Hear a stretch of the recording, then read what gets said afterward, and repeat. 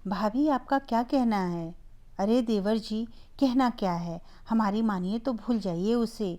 भाभी प्लीज़ बताओ ना, कैसी लगी आपको गुंजन? सरोज अपने देवर आशुतोष की और टांग खींचना चाहती थी, लेकिन देवर की बेताबी देखते हुए मुस्कुराते हुए बोली, गुंजन है ही इतनी प्यारी कि किसी को भी पसंद आ जाए। हमें तो बहुत पसंद आई अपनी होने वाली देवरानी। तो फिर भाभी आप मम्मी पापा और भैया से बात करोगी ना मेरी और गुंजन की शादी के बारे में? हाँ बाबा बिल्कुल, अब तो गुंजन को ही बना कर लाऊंगी अपनी देवरानी, वादा है आपसे।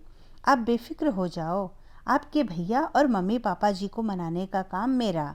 लेकिन अभी कुछ दिन रुक जाओ, बड़ी दीदी की बेटी की शादी में मैं आपके भैया आ जाएं तब उनके सामने सबसे बात करूंगी।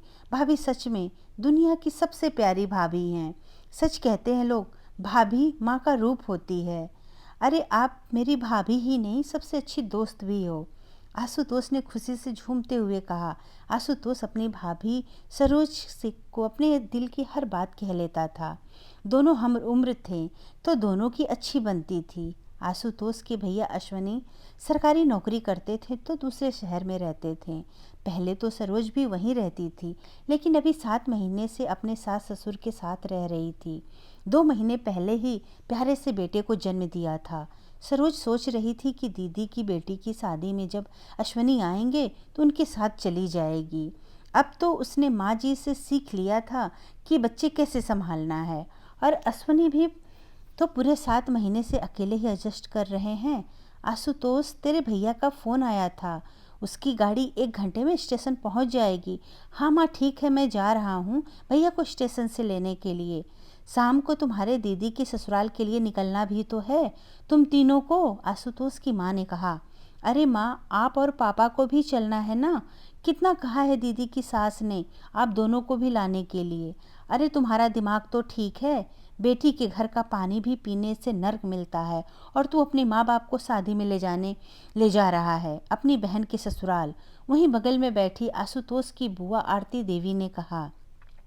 आरती जी पुराने ख्यालात की महिला थीं, घर की सबसे बड़ी थीं। घर में उनकी बात कोई नहीं टालता था। आशुतोष के पापा को उन्होंने ही पाल पोस कर बड़ा किया था, क्योंकि आशुतोष के पापा बहुत ही छोटे थे तब उनकी माँ का देहांत हो गया था। इधर सरोज तैयारी कर रही थी कि शाम को ननद के यहाँ जाना था। आज उसने अश्वनी की पसंद का खाना बनाया था। पूरे 1 महीने बाद अश्वनी घर आ रहे थे, इसीलिए सरोज बड़ी ही बेसब्री से अपने पति का इंतज़ार कर रही थी। आशुतोष को गए बहुत समय हो गया था। बार बार फ़ोन मिला रही थी, लेकिन दोनों में से कोई फ़ोन नहीं उठा रहा था। जैसे जैसे समय निकल रहा था, सभी घर वालों की बेचैनी बढ़ती जा रही थी। सबके मन में अजीब अजीब ख्याल आ रहे थे। थोड़ी देर बाद एम्बुलेंस की आवाज़ आई और सब लोग दौड़कर बाहर की तरफ भागे। एम्बुलेंस में अश्वनी की मृत शरीर थी। घर पहुंचने की जल्दी में ट्रेन पूरी तरह से रुक भी नहीं पाई थी और वह जल्दी में उतर रहा था, जिसके कारण वह हादसे का शिकार हुआ।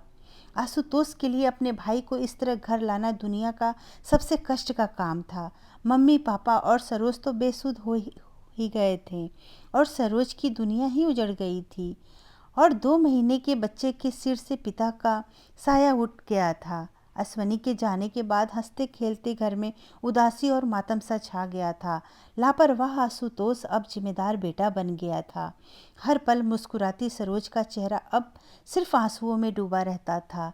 अब तो वह हर वक्त गुमसुम रहने लगी थी। अश्वनी को गए 6 महीने हो गए थे। सरोज के मम्मी पापा आज उसके ससुराल आए थे। आरती बुआ जी ने बुलवाया था। अश्वनी और सरोज को भी वहीं बैठाया गया। बुआ जी ने सरोज के पापा से कहना शुरू किया, सुनिए जी, सरोज आपकी बेटी ही नहीं, हमारे घर की बहू भी है।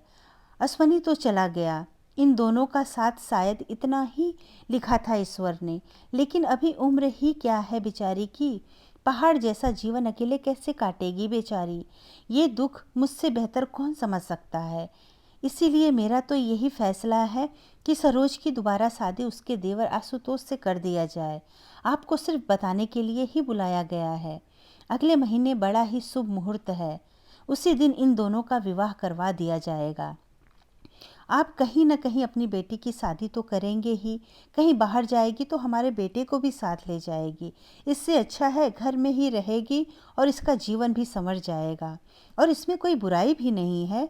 बुआ जी की बात सुनकर सभी लोग चुप बैठे थे। किसी को कुछ समझ नहीं आ रहा था कि क्या बोलें।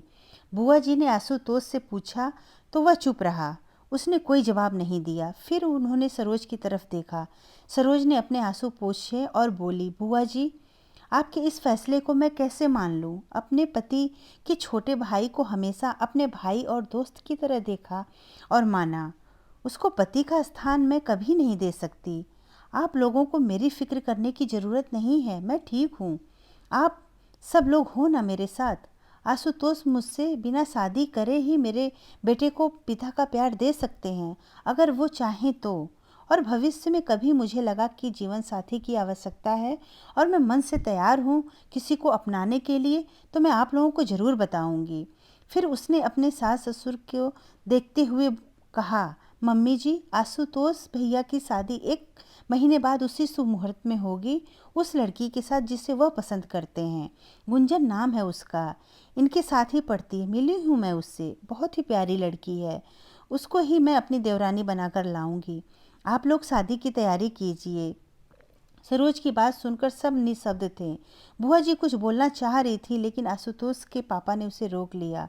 सरोज के मम्मी पापा को अपनी बेटी के फैसले पर गर्व हो रहा था और आशुतोष हाथ जोड़कर अपनी भाभी को धन्यवाद कर रहा था।